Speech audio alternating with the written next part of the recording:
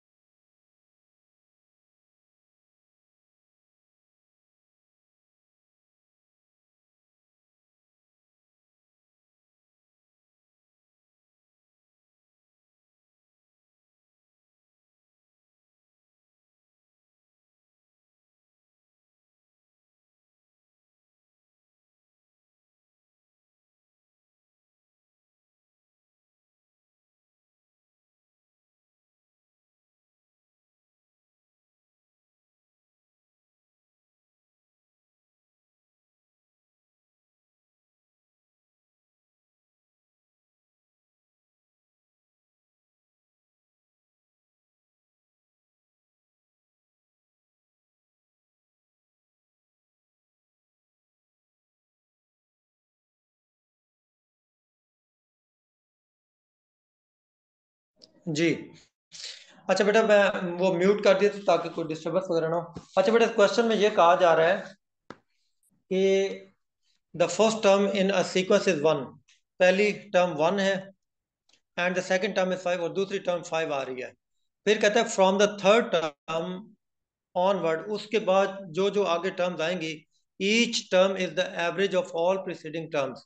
आगे जो भी टर्म आएगी ना, वो पिछली सारी की सारी जितनी भी टर्म्स हैं उन सब का एवरेज होगी, मीन होगी। ठीक है, एवरेज के साथ उसने अरिथमेटिक मीन का वर्ड भी यूज किया, मीन होगी। कहता है बताओ 27वीं टर्म क्या होगी। अब 27वीं टर्म हमें क्या पता, लेकिन उसने मुझे जो क्ल्यू दिया है ना, वो ये उसने क्ल्यू दिया ये कि तीसरी टर्म से आगे जितनी भी टर्म्स आएंगी ना, वो पिछली सारी टर्म्स की एवरेज होंगे। मतलब फॉर एग्जाम्पल, अब अगर मैं इन टर्म्स की अगर एवरेज लूँ, इनकी एवरेज कितनी आती है, 1+5/2, ये कितनी आ रही थी, यानी कि जो नेक्स्ट टर्म आएगी वो इन पिछली दो टर्म्स की एवरेज है। ठीक है। अब वो कहता है कि इससे आगे जितनी भी टर्म्स आएंगी ना, वो पिछली सारी की सारी टर्म्स की एवरेज होगी। अब मुझे बताएं 1, 5 और 3 की एवरेज क्या क्या होगी।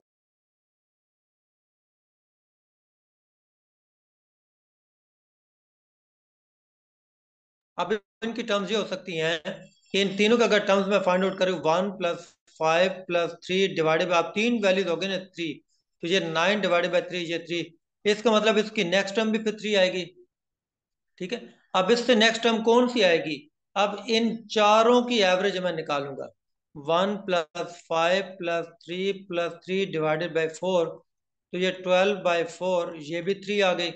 इसका मतलब अब इसमें अगर मैं थ्री में प्लस करूंगा, 12 में थ्री प्लस करें, 15, 15/5, ये नेक्स्ट भी थ्री आएगी।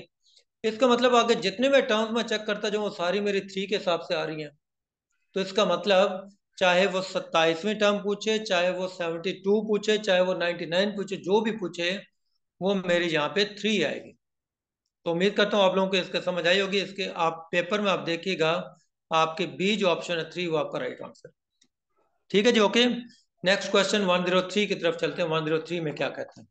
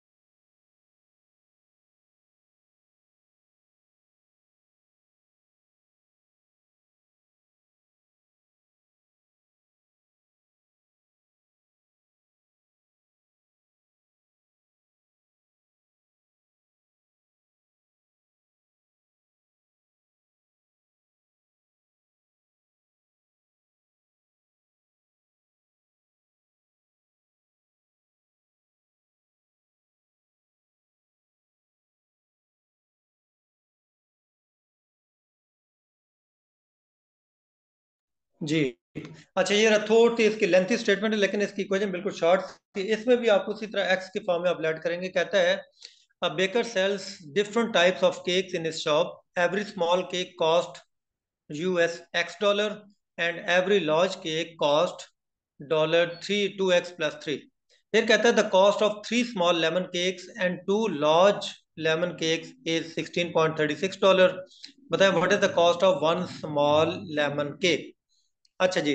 अब फॉर एग्जांपल अगर मैं लेट का लूं, late price of small lemon cake, ये अगर मेरे पास अगर एक्स हो, तो वो कहता है थ्री स्मॉल लेमन केक्स। ठीक है। तो ये कितना आ जाएंगे, 3x।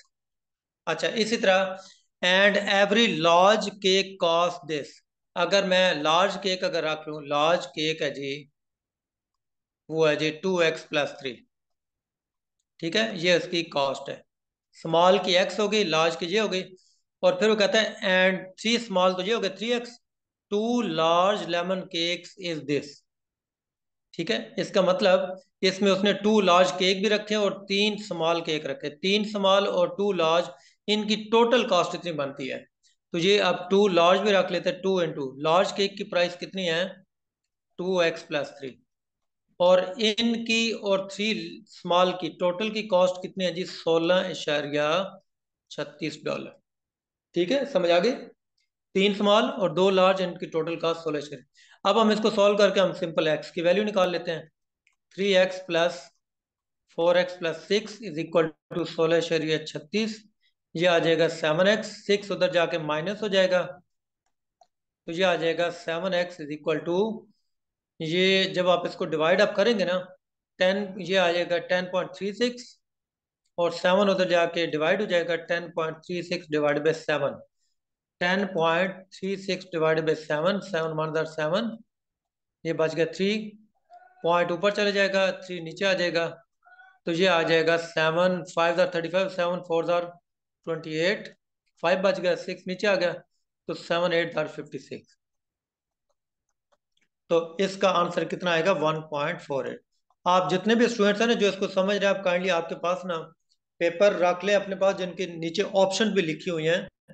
ऑप्शंस का भी, ताकि आपको आइडिया होना चाहिए। ठीक है, अगर किसी को पेपर जरूरत हो तो मुझसे ले लीजिएगा, मैं पेपर आप लोगों को प्रोवाइड कर दूंगा। ठीक है, ओके हो गया।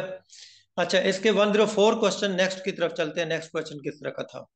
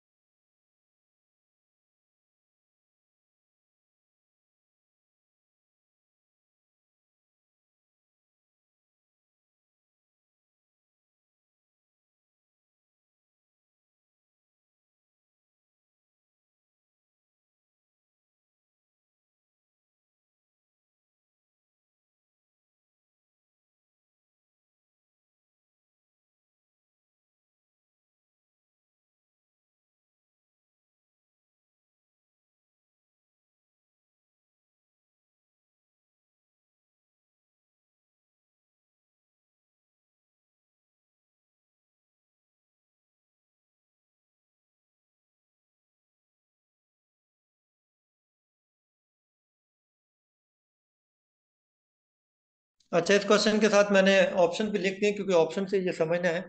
कहते हैं one angle of an isosceles triangle is 68 degree, then possible values of the second angle are. आपको पता है कोई भी ट्राइंगल है ना, चाहे वो आइसोसेलेस है, चाहे वो इक्विलेटरल है, चाहे वो राइट एंगल ट्राइंगल, उनका सम हमेशा 180 के बराबर होता है। कहता है अगर एक एंगल अगर 60 डिग्री 68 डिग्री है, तो बताओ फिर अदर एंगल उनकी वैल्यू कितनी हो सकती है? तो लाजमी बात है, अगर 180 में से 68 अगर मैं माइनस करूं तो पीछे बचता है 112। यानी कि बाकी एंगल जितना भी होगा ना, एक तो 68 हो गया, दूसरा लाजमी बात है 68 और 112 के दरमियान ही उनकी वैल्यू आएगी, क्योंकि वो कहता है पॉसिबल, कितनी पॉसिबिलिटी हो सकती है। तो लाजमी बात है 68 और 112 के दरमियान जो एंगल आएगा वही पॉसिबल हो सकते हैं, क्योंकि वो मिला जुला के टोटल उसको 180 डिग्री कंप्लीट करे। ये एक आसान सा क्वेश्चन था।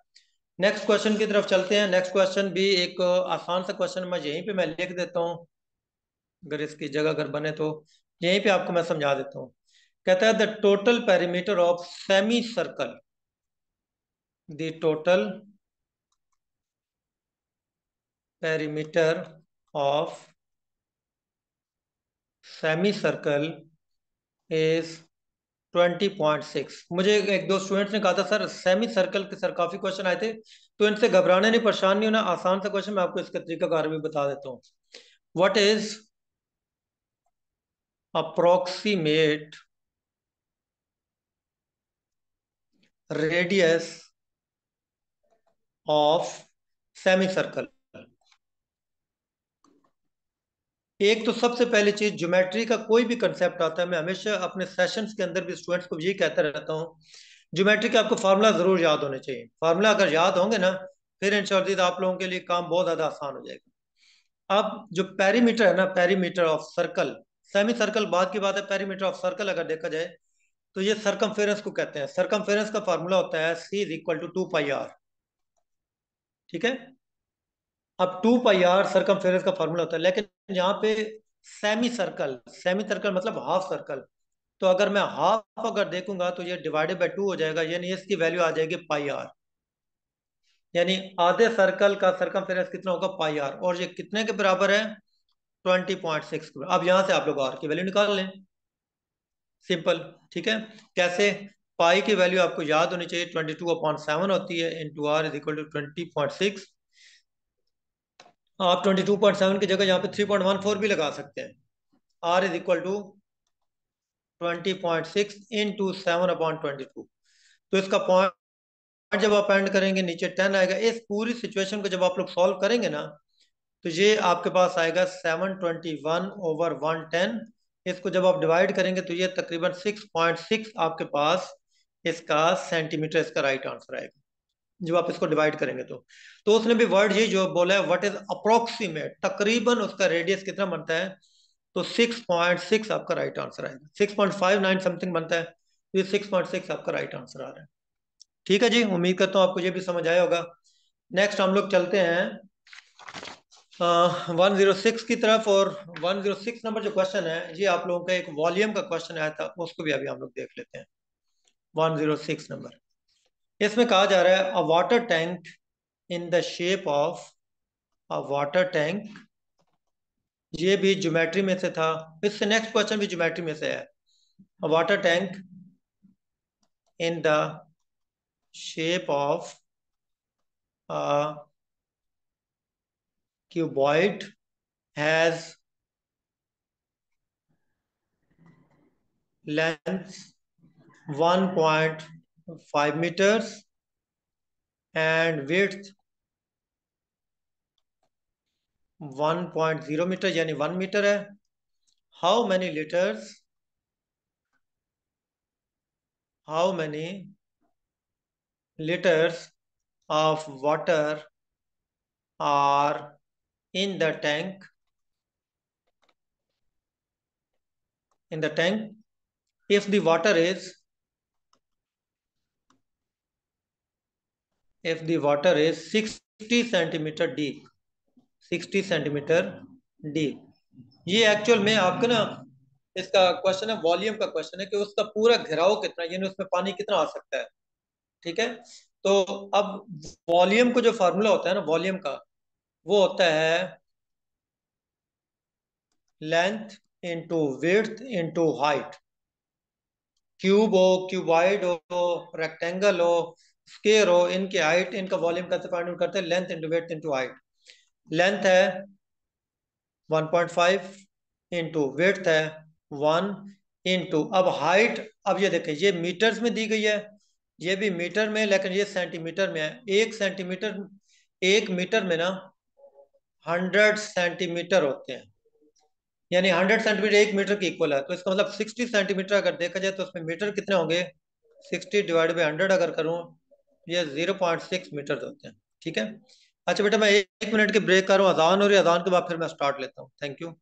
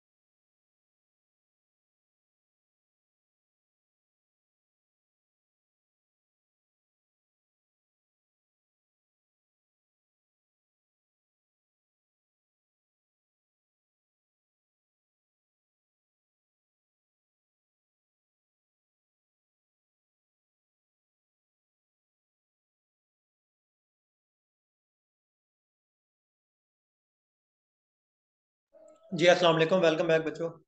अच्छा, हाइट आपको मैं बता रहा था 60 सेंटीमीटर का मतलब 0.6 मीटर है। तो ये 0.6 मीटर यहाँ पे आ जाएगा। तो इसको टोटल अगर देखा जाए ना, ये टोटल इसका वॉल्यूम बन रहा है 0.9 मीटर क्यूब।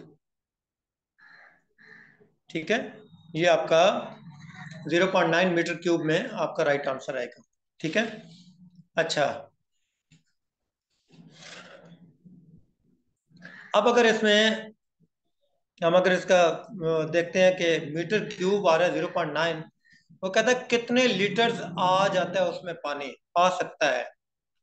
अब यहाँ पे आप लोगों ने एक पॉइंट याद रखना है, वो ये है कि जो 1 मीटर क्यूब होता है ना, यानी कि उसका जो हुजम है, उसमें एक्चुअल में 1000 लीटर समा सकते हैं। ये पॉइंट आपने नेक्स्ट टाइम के लिए भी याद रखना है कि 1 मीटर क्यूब एक्चुअल में 1000 लीटर के बराबर होता है। ठीक है। अब अगर 1 मीटर क्यूब 1000 लीटर के बराबर है, तो 0.9 मीटर क्यूब में कितना आ सकता है? 0.9 को अगर मैं 1000 से मल्टीप्लाई करूं, तो ये आपका आता है 900 लीटर। इसका राइट आंसर आंसर की में ना, आंसर की में इसका आंसर गलत है, जो मेरा पॉइंट ऑफ व्यू एक है। हो सकता है अगर मेरी बीच में कोई गलती हो तो काइंडली मुझे कोई गाइड कर दीजिएगा। मैं इस चीज़ को अप्रिशिएट करता हूँ जब मेरी को गलती को बच्चा कहता है सर आपने ये इसमें मिस्टेक की है। तो मेरे हिसाब से इसमें ना आंसर की मिस्टेक है। यहाँ पे 900 लीटर आना चाहिए, वहां पे आई थिंक 9000 लीटर है। आप इसको काइंडली कंफर्म कर लीजिएगा। ठीक है, थैंक यू बच्चों। अच्छा, 17 नंबर क्वेश्चन, ये दोबारा फिर से सरकमफेरेंस वाला क्वेश्चन आ गया, और ये बड़ा इंटरेस्टिंग क्वेश्चन है, बड़ा टेक्निकल क्वेश्चन है। इसको जरा देखिएगा। कहता है the inner circumference of a circular track, race track, is 440 metre. आप लोगों ने काइंडली जीएसए के पेपर में इस तरह की राइटिंग नहीं करनी, मेरे वाली राइटिंग आपने अच्छी करनी। ओके। इफ द विड्थ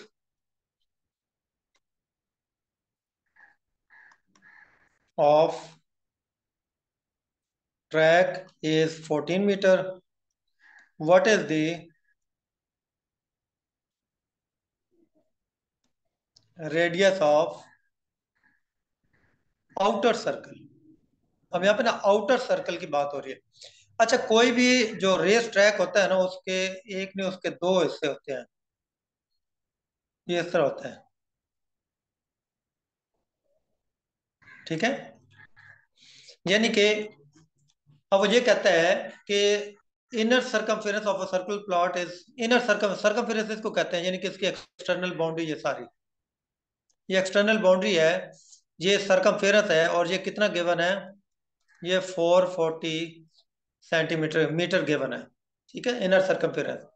और कहता है उस ट्रैक की जो विड्थ है ना वो 14, विड्थ एक्चुअल में ये है, ये इसकी चौड़ाई जो है ये 14 मीटर है। ये 14 मीटर। कहता है मुझे इसका आउटर यहां से लेकर यहां तक मुझे इसका ना रेडियस बताओ। रेडियस क्यों? क्योंकि आपको पता है जो पूरा होता है इसको डायमीटर कहते हैं, उसका हाफ रेडियस होता है। वो कहता है यहाँ से लेकर यहाँ तक ये मुझे बताओ ये कितना है। अगर मैं इनर रेडियस में निकाल लूँ ना, यहाँ से लेकर यहाँ तक, तो मैं उसमें 14 मीटर ऐड करके आउटर रेडियस में निकाल लूंगा। इनर रेडियस यानी यहाँ से लेकर यहाँ तक अगर मैं ये फाइंड आउट कर लूँ, तो इनर रेडियस कैसे आएगा? आपको पता है सरकमफेरेंस होता है 2 पाई आर। सरकमफेरेंस है 440, is equal to 2 into pi की value 22/7 into r. 440 is equal to 44/7। ये 44/7 इधर आके 7 और 44 हो गया, इज इक्वल टू आर। तो ये आ जाएगा आर इज इक्वल टू 70। ये यानी यहां से लेकर यहां तक ये 70 आ गया, और ये 14 यहाँ से लेकर यहाँ तक है। तो इसकी अगर टोटल अगर आउटर रेडियस यहाँ से लेकर यहाँ तक देखा जाए, तो अगर मैं इन दोनों को ना ऐड कर दूं ना, 70 इनर रेडियस है प्लस इसकी जो विड्थ 14 है, तो ये टोटल आपके पास 84 मीटर इसका राइट आंसर। ये बड़ा इंटरेस्टिंग क्वेश्चन है, और ये आपका 84 मीटर, ये सी ऑप्शन आपके राइट ऑप्शन है। ठीक है, आप पेपर में आप देखिएगा सी ऑप्शन आपको राइट मिलेगी। नेक्स्ट 18 जो है ये मेंटल एबिलिटी टाइप क्वेश्चन है वो जी, बड़ा आसान सा क्वेश्चन है। कहता है in a group of 200 people 90 like tennis, 90 people tennis like करते हैं। फिर कहता है while 108 like cricket and 46 like both tennis and cricket. Same to same, इससे मिलता जुलता क्वेश्चन आपको मेरी बुक में मिलेगा, प्रॉब्लम स्टेटमेंट चैप्टर में। How many people like neither, ना ही वो टेनिस लाइक करते हैं नॉर क्रिकेट। यानी कितने ऐसे लोग हैं जो कि टेनिस और क्रिकेट कोई भी लाइक नहीं करते। ठीक है, मैं आप लोगों को अपनी बुक का पेज नंबर बताता हूँ और आप लोगों ने ये क्वेश्चन जरूर आपने देखना है, आपको वहां पे आपको मिलेगा। ये क्वेश्चन नंबर है जी, एक 108 पेज है मेरी बुक का, प्रॉब्लम स्टेटमेंट चैप्टर है, और उसका क्वेश्चन नंबर 13 है। In a class of 78 student 41 are taking bio, 22 are taking mathematics. अब यहाँ पे 200 पीपल में 46 और 90, 108 और 90 है, यहाँ पे 41 और 22 है। फिर कहता है of the students taking bio और math 9 are taking both courses, यहाँ पे कहता है 46 like both tennis and cricket. फिर कहता है कितने ऐसे स्टूडेंट है are not enrolled in neither courses, वो कहता है कितने ऐसे स्टूडेंट हैं जो कि ना बायो में एनरोल्ड है ना मैथ में एनरोल्ड है। यहाँ पे कहता है कितने ऐसे स्टूडेंट है, कितने ऐसे लोग हैं जो टेनिस भी लाइक नहीं करते और क्रिकेट भी लाइक। सेम टू सेम वही क्वेश्चन है। टोटल है जी 200। ठीक है, अच्छा उसमें से अब टेनिस कितने जी लाइक करते हैं, 90। क्रिकेट कितने लाइक करते हैं जी, 108। ये टोटल कितने हो गए, 198। जबकि इनमें से 46 बोथ, बोथ का मतलब इनमें कॉमन है। कॉमन को जब मैं माइनस करूंगा ना, पीछे 152 लोग बचेंगे, 152। ये प्योरली वो लोग हैं जो कि टेनिस और क्रिकेट अलग अलग है ये लाइक करते हैं। 46 असल में उनमें ना कॉमन थे, 46 मैंने उनमें से माइनस कर दिया। ये इसमें पॉइंट एक समझने वाला है कि टोटल लोग 198 नहीं है, टोटल लोग 152 है। मतलब मैं आपको एक और एग्जांपल देता हूँ। मेरी क्लास में 5 ऐसे स्टूडेंट है जो मैथ पढ़ते हैं, और जबकि 8 ऐसे स्टूडेंट है जो एनालिटिकल पढ़ते हैं। जबकि इनमें 10 ऐसे स्टूडेंट हैं जो दोनों कोर्सेज पढ़ते हैं, बोथ बोथ कोर्सेज। अब टोटल कितने हो गए, 13। 13 में से जब 10 में जब माइनस करूंगा, मुझे 3 इसमें कॉमन इसमें मिलेंगे। ठीक है, तो कॉमन वैल्यू हमेशा आप लोगों ने इसमें से माइनस कर देनी है। ठीक है, यानी कि 3 ऐसे हैं जो डिफरेंटली, कोई मैथ पढ़ रहा है कोई एनालिटिकल पढ़ रहा है, 3 डिफरेंट है, जबकि उनमें 10 ऐसे बच्चे हैं जो मैथ और एनालिटिकल के बिल्कुल ना आप कह लें कि मिक्स बच्चे हैं। ठीक है, अब आपने करना क्या है, 152 स्टूडेंट वो आए हैं जो कि ये दोनों लाइक करते हैं, टेनिस और क्रिकेट भी। अब वो कहते हैं मुझे वो लोग बताओ जो टेनिस और क्रिकेट लाइक नहीं करते। तो टोटल 200 बंदा है, 200 बंदा में से ये लाइक वाले माइनस कर दो, पीछे कितने बचेंगे, 48। तो आप अपने पास ऑप्शन देखिएगा, बी ऑप्शन आपको राइट ऑप्शन मिलेगी। ठीक है जी, okay. That was question number 108। Question number 109 की तरफ चलते हैं, इसको देखते हैं ये क्वेश्चन किस तरह का आया हुआ है। ये थोड़ा सा लेंथी क्वेश्चन है।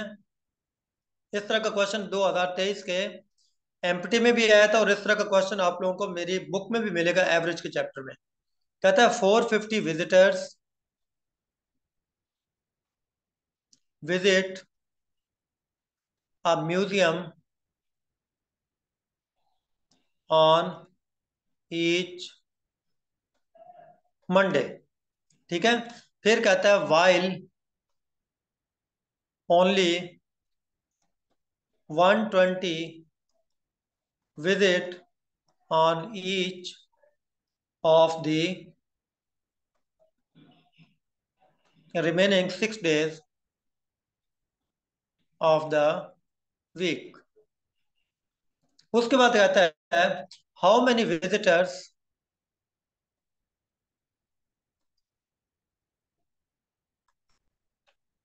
Are there on daily basis of a month या in a month of 30 days beginning on a Monday. आप में से जो मेरे अपने स्टूडेंट्स जो ये वीडियो देख रहे हैं, जो ऑलरेडी मुझसे सेशन ले चुके हैं, बेटा आपको पता होगा जो मैं आपको टेस्ट नंबर 1 देता हूँ ना, उसमें एवरेज का इससे एक मिलता जुलता क्वेश्चन है भी सही। 5-10 visitors coming on Sunday and other days, इतने ये क्वेश्चन उसमें गिवन किए हुए। अच्छा बेटा, हमारे पास एवरेज का फार्मूला होता है, average is equal to sum of values divided by number of values. ये हमारे पास क्वेश्चन में गिवन होता है। अब वो कहता है टोटल 30 दिन है, जबकि 30 दिनों में वो महीना कौन सा है जो मंडे से स्टार्ट हो रहा है। अब आप लोगों ने एक पॉइंट ये याद रखना है, वो जो दूसरा क्वेश्चन मैं कह रहा हूँ उसमें वो संडे से स्टार्ट ले रहा है। जो भी क्वेश्चन आ जाए जिसमें जिस दिन से स्टार्ट होगा वो वाला दिन उस महीने में 5 दफा आएगा। ये जो पिछला जो रमजान गुजरा है, रमजान जो इसमें 5 जुम्मे आए थे, क्यों? वो आपका मंथ स्टार्ट ही जुमरात जुम्मे से हुआ था। तो ये आपने याद रखना है, जिससे स्टार्ट होगा 5 आएंगे। इसका मतलब मंडे को अगर 450 विजिटर्स आ रहे हैं ना, 450 एवरेज हो गई, सम ऑफ वैल्यूज की जगह एक्स आ गया, डिवाइडेड नंबर ऑफ वैल्यूज की जगह यहाँ पे 5 आएगा, क्योंकि उस महीने में टोटल 5 मंडे आ रहे हैं। तो इसमें से सम ऑफ वैल्यूज की वैल्यू कितनी आ जाएगी? 450 × 5। ये एक्स की वैल्यू आ जाएगी 1250। यानी कि मंडे को अगर देखा जाए तो ओवरऑल जो 5 मंडे हैं, उन 5 मंडे में 1250 लोग आए हैं एक महीने में। आप मुझे बताएं, अगर 5 मंडे निकल जाए बीच में से, 30 में से, तो बाकी फिर दिन कितने बचे? बाकी फिर 25 दिन बचे। तो 25 दिनों में डेली बेसिस पे 120 लोग आ रहे हैं, 120 एवरेज हो गई। Y divided by number of days कितने आ गए? 25। इसको अगर मैं मल्टीप्लाई करूं तो ये वाई की वैल्यू मेरे पास आती है 3000। ये 25 दिनों में टोटल आ गए, ये 5 दिनों के टोटल आ गए जो 5 मंडे। अब वो कहता है मुझे ओवरऑल पूरे महीने की एवरेज बताओ। इसको कहते हैं कंबाइंड एवरेज। कंबाइंड एवरेज क्या आएगी? सम ऑफ वैल्यूज में आ जाएगा ये 5 दिनों का टोटल, ये 25 दिनों का टोटल बटा 30। ठीक है। अच्छा, ये 1250 नहीं, सॉरी, ये 2250 आता है। ये 5×4 = 20 आता है। ठीक है। अब आप इनको जब आप प्लस अप करेंगे ना, ये आपके पास बचेगा 5250 डिवाइडेड बाई 30, 0 0 कैंसिल। ये जब आप इसको डिवाइड करेंगे तो 17×3 = 51, 1 3 5 × 15, 175 पीपल डेली बेसिस पे आपको वहां पे म्यूजियम में नजर आएंगे। ठीक है जी, क्वेश्चन बड़ा इंपॉर्टेंट था, 2023 के एमपीटी में भी आया हुआ है, और मैं अपने स्टूडेंट्स को टेस्ट नंबर 1 में भी ये क्वेश्चन जरूर देता होता हूँ। आखिरी क्वेश्चन इसका 110 आज की वीडियो का देखते हैं जी।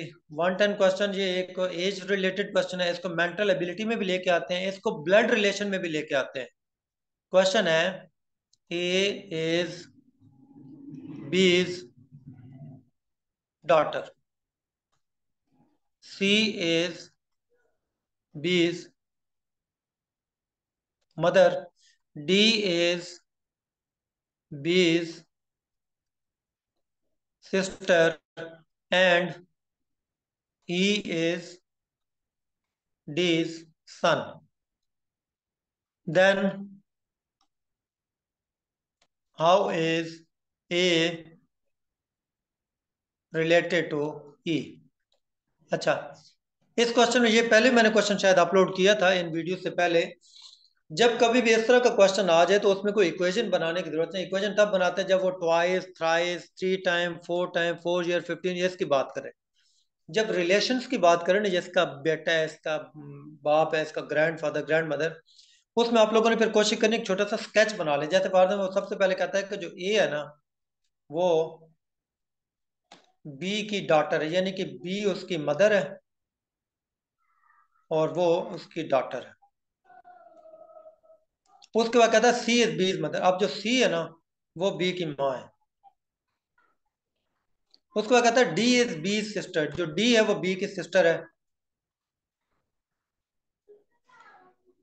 Sister of B. यानी कि इस तरह आप लोग इसका स्केच बना लें। यानी सी इन दोनों की माँ है और इस ए की ग्रैंड मदर है। अच्छा, फिर कहता है ई इज डी सन। अब जो ई है ना, वो डी का बेटा है। मैं इसको इस साइड पे इसलिए लिया क्योंकि हमने ई और ए का रिलेशन हमने देखना है। ठीक है, इसलिए मैं इसको ए की तरफ लेके आया। ई जो है वो सन ऑफ डी है। अच्छा जी, आप ये देखें, इसको अगर मैं उर्दू में अगर आपको मैं समझाऊं, ई डी का बेटा है, जबकि ए बी की बेटी, और ये दोनों आपस में बहने हैं। बहने मतलब आप ये कह लो कि ये इसकी बेटी है, ये इसका बेटा है। ये दोनों बहनें हैं, इसका मतलब ये इसकी भी खाला है और ये इसकी खाला है। ये दोनों एक दूसरे के खाला के बच्चे हैं। ऐसे ही है ना, क्योंकि वो दोनों आपस में बहन है। आप खुद आप अपने आप को अगर आप एग्जामिन आप करो, आप लेट अप करो कि मेरी जो माँ है और एक और को आप लेट अप करो, उसकी जो माँ, अगर आपस में बहने हो तो आप एक दूसरे के खाला के बेटे हुए, बेटे ये बेटी हुए। तो इसका मतलब आप दोनों आपस में फिर क्या है, आप दोनों आपस में कजन है।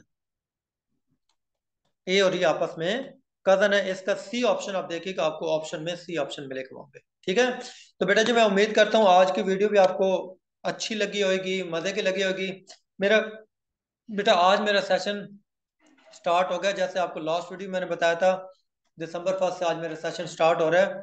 अगर किसी ने ज्वाइन करना है